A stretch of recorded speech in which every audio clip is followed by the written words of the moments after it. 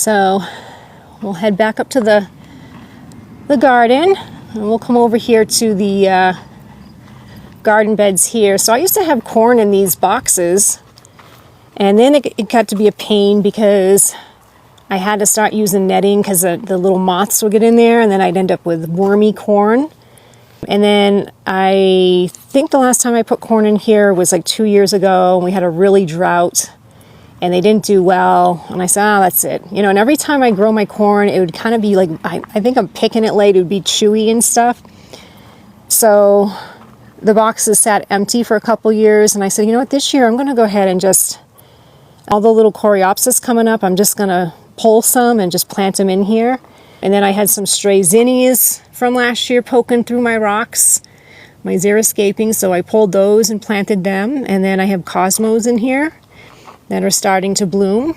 So another couple months, this will all be even more full of blooms and really pretty.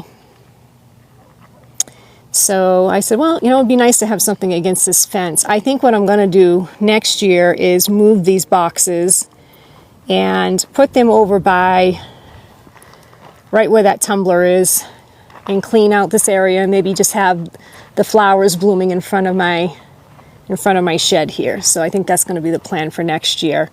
And then I don't know, I might plant something permanent there. We'll see. But my shed, that heart you see there, that is my wisteria vine. I made that in 2020 during COVID, that summer. I was picking the vines, and instead of throwing them away, I started weaving. And then every year I've been adding to it. So that's my heart, and that was kind of my little ode to everyone who had lost their lives to COVID and was dealing with all that. It was pretty tough that year, 2020. So the old wisteria vine stays there every year, and I enjoy looking at my little hearts. So, and I have another one up on my fence near the house. But, and I like hearts. If you notice my garden, I have tin hearts, and this fire thorn that's in this container over here, if I stand around the front, which will come around, is heart-shaped. I have that topiaried into a heart. But you can see the coreopsis and Russian sage are coming up and looking really pretty. And the cosmos are starting to poke through. And then we got a beautiful sunflower here. So everything is coming along. Let me show you that topiary. It's kind of a little sideways heart. I just clipped it the other night so that it would keep its shape, because it was starting to get a little crazy, little pieces all sticking up and stuff. But there, you can see it. But, yep, so everything is looking good, and the next flush of colors are coming. Like I said, the hollyhocks and stuff have gone by for now, and so now it's Cosmo time, and it's zinnia time. And my coneflowers, they're still doing really well as well. So, and then I got this pot with the zinnias. I think last week they were just starting to bud out, and now they're all blooming and just looking really pretty.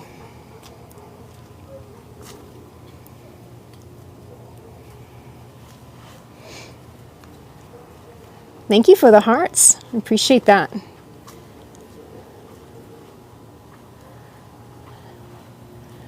So yeah, so I was excited to do a TikTok tonight to see if I could get down in that field in my greenhouse and show you everything that's going on. And here's another little, you'll see little hearts all over my garden. And so I'm hoping this winter I can do some TikTok lives while I'm maybe starting seeds, or, you know, anything in the greenhouse, show you updates of all the plants blooming and stuff, because it is really pretty in the winter when it's cold and everything's brown and gone by, and then the greenhouse is just full of color.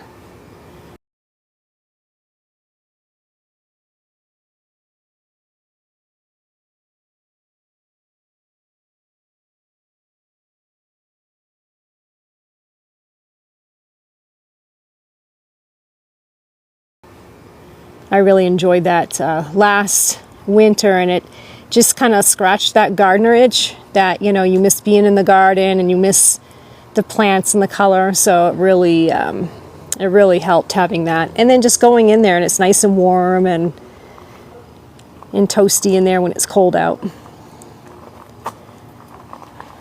But yeah, I got red hot pokers coming up still with larkspur, and then the sweet alyssum. I had actually cut those and they just started flushing out again, so it's nice to see them come back now that that hot temperature is gone. They're starting to reappear, and they're so cute.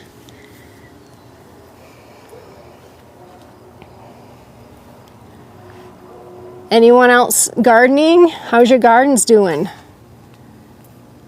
I like to do veggies and flowers. Thank you. Thank you for the gifts. Oh, thank you.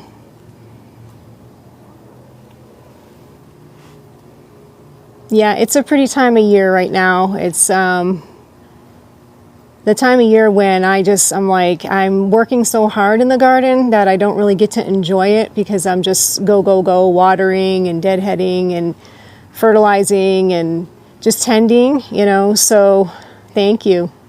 Yeah, so I get to enjoy it more once I see my pictures later, like this winter.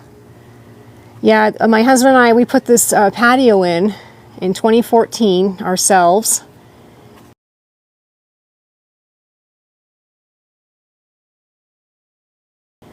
And we did the benches. The pavers we had gotten at Lowe's, and then the benches, fire pit, we had the plans. We got those at Home Depot, and the blocks. And these towers originally did not have the stack of bricks. It was just flat here. And so we decided to, what do you want to call that? Little area to plant plants in. Because I said, oh, that would look nice with some little planters. So we did that and did it all ourselves. We built the shed ourselves. We built the greenhouse ourselves. The greenhouse was the big project last year. We got the kit from Charlie's Greenhouse and Garden up in Mount Vernon, Washington. That is a 10 by 12 greenhouse, and so my husband and I put that together. If you go through my TikTok page or any of my social medias, you can see videos, time-lapse videos of us putting that together, me painting all the wood.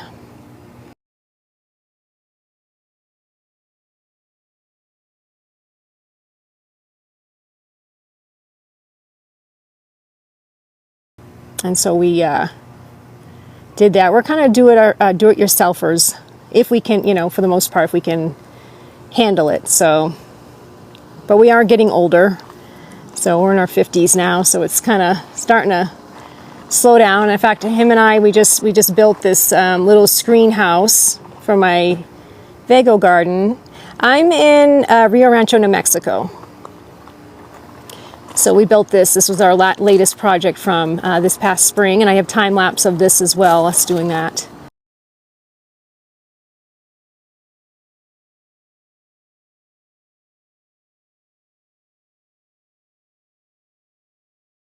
So I never get to bring you over here. This is my south garden. And I have my trumpet vine, which I gotta keep after. I clip that pretty much once a week. And here's a lilac I was telling you about. I got from the Rio Rancho seedling giveaway. The city of Rio Rancho gave that. Every spring they do a giveaway, and they give you like 4 or 5 little seedlings that are a little stem with a root wrapped in paper towel and newspaper, and then it's up to us to plant it. So, and I got my first blooms on that this spring, so that was really exciting.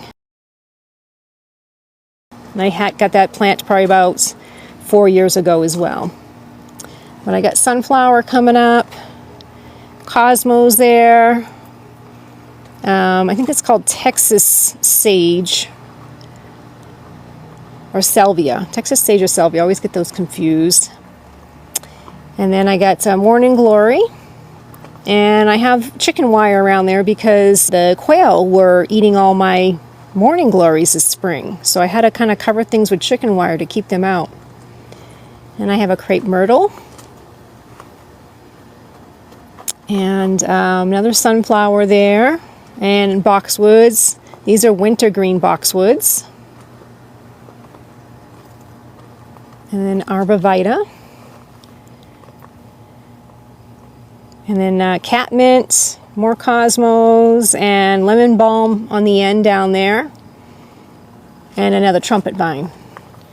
And these are, these are really narrow gardens. They are only, I don't know, maybe 4 or 5 feet wide, but you can really pack a lot of things in, and then basically, put the taller things in the back and the lower things in the front, and you can really just get a lot of things in there. And then, so most of these are all perennial, and then I'll add in the annuals like the morning glory, sunflowers, and cosmos to give it a little color. But it's mostly a shrub garden here.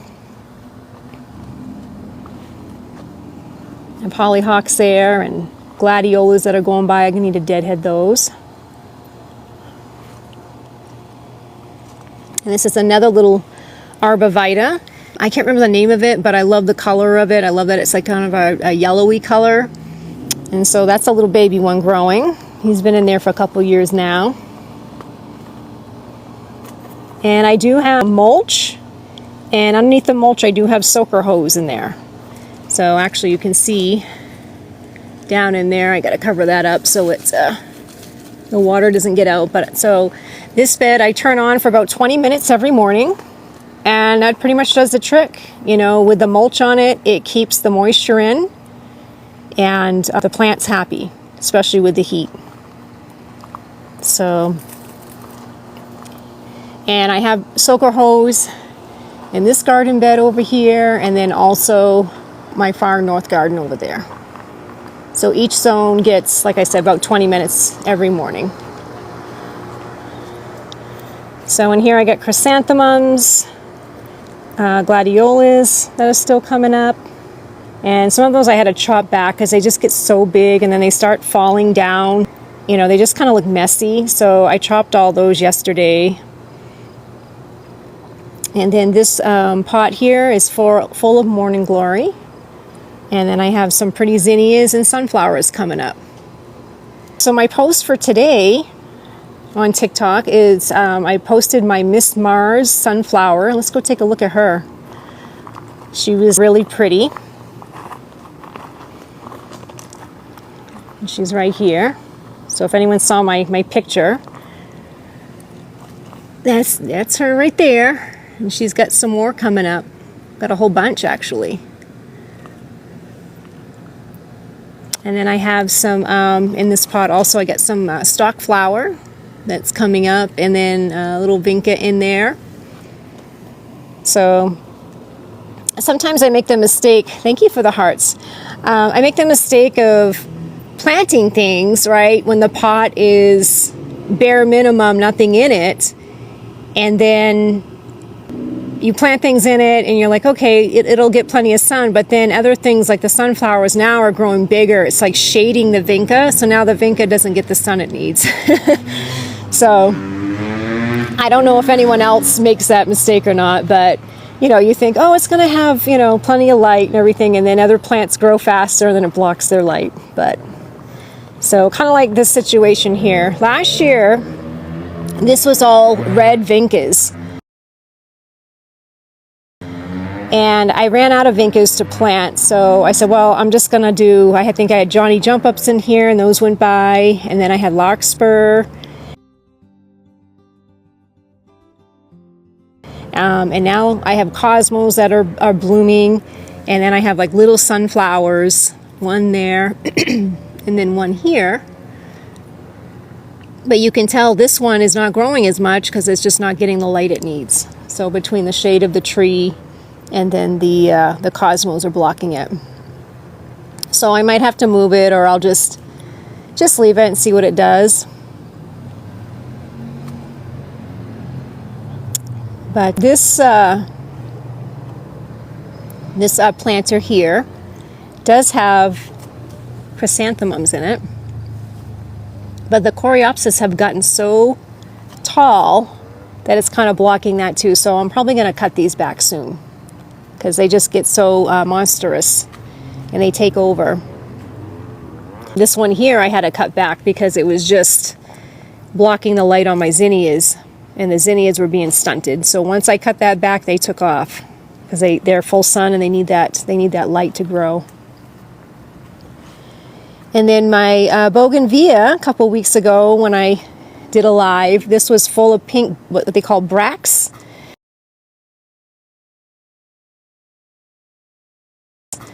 And then the bracts went by, but now it's putting out new ones. I don't know if you can see little baby bracts coming in.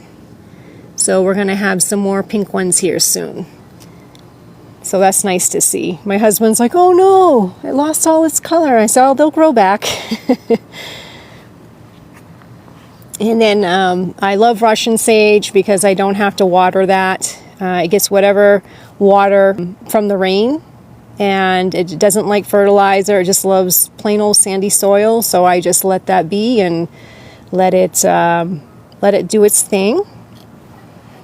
And then in this pot here, I got more zinnias and cosmos. So I like these big pots because you can just load them up with stuff like that, and they just take off, and really easy to water and adds a lot of color. And then this one here, I have the cosmos and sunflowers. And then I have another moonglow juniper, which I think this might be the last season it's going to be in this pot because it's just getting so big. And then I may add it down to the field where I have my 4 other ones down there. So, or you know what, I might plant that along that fence. You know, I was going to move those boxes and put them in front of my shed where that tumbler is. So maybe I'll put that moonglow juniper right there. That'd be a nice little spot for it. And then plant around that. But anyway, I just wanted to jump on tonight and take you on a little tour around my yard, and thank my husband for installing that internet access point so I'm able to go down further and come down as far as I am right now, and you all aren't losing connection, hopefully, and see what's going on in my garden and how everything's looking. So anyway, I think I will go ahead and sign off. And if you'd like to visit my website, wildflowerartbycarrie.com, I sell my photography in canvas prints. I put it on coffee mugs, t-shirts, tote bags, puzzles.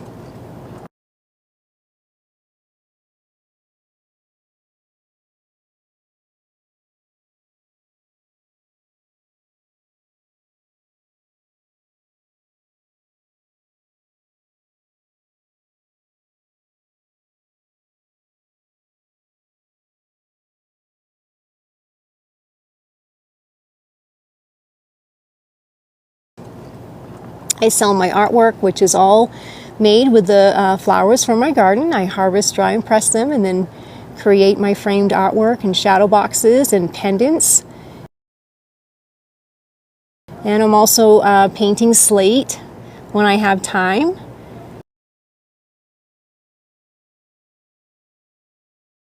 So again, if you want to stop in at wildflowerartbycarrie.com, take a look around, maybe make a purchase, it'd be greatly appreciated. And if you go to my bio on the my TikTok page, there is my link tree. And so that will take you to my YouTube videos, Instagram, Pinterest, Facebook too as well. You want to follow me there? Appreciate that. So I hope you all have a wonderful Thursday. Ooh, little hummingbird moth flying around. A wonderful Thursday evening and rest of your week and weekend. And we will talk soon. Take care and bye for now.